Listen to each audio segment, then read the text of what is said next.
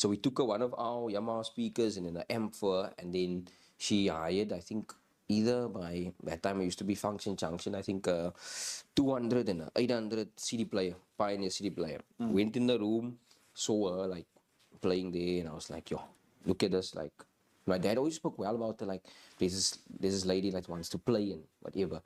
And that the reason why I mention that is because that also gave me that reassurance, man, like self-taught, what you put in, you get out. Yeah. And then from there, they used to have this Splash Festival, DJ competitions at Scene, Sham, Pena. I mean, I think there was a year that EVK, MSK, that point 0.5 group also did it.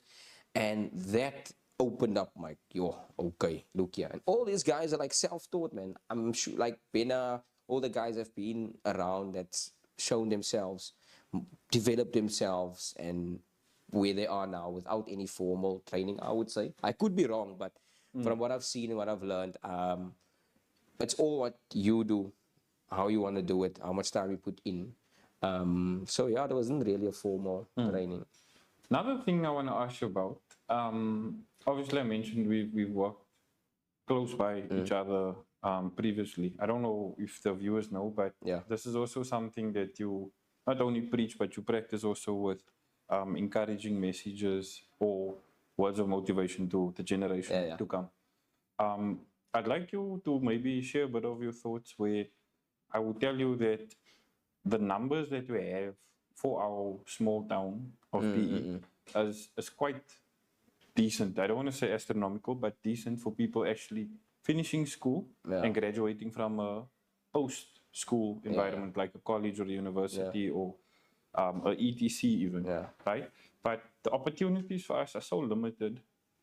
Not that you can't get work, but I mean, we don't have the luxury of the bigger cities where Yeah. you have like a whole office park for your industry, if I could put it that way, right? So if you could comment a little bit on the people that have actually qualified in one thing and are working in a different sector, if I could put it that way. It's more popular in our generation, if I could put it that way. Yeah. What would you maybe have to say to them for the generation to come? In thoughts or in regards to like guys that's qualified in a certain profession but they end up doing something else. Yeah. Look, my story is different. Like, I'll be honest with you. Like, I went to varsity, thought I knew what I wanted to study, did 2 years of that, and I was like, not for me anymore. Let me What change. was it, if you don't mind sharing? I did media and communications, which Okay. was MCC, or it's still MCC. Really, reason behind it because I was media orientated, man. DJing, I wanna MC at some point.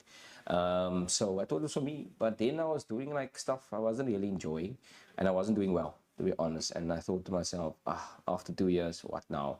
Don't want to disappoint the parents and all of that. So change course to HR. So I changed over to HR. I think something more I could relate to. But then again, also there's a case of you need to just do something as well because you need to have a backup. You need to be educated, etc., etc. But Okay. from there, when I started working also, and now I'm still like in the working environment. So my story is totally different from graduating and then staying in that profession. I found myself working in a profession I had no idea I would be in, but it taught me so much. But I would say to anyone that's finishing school and as a hobby, as a side hustle, anything in life can work for you. It's just how you go about it, the time you put in, the prep behind it.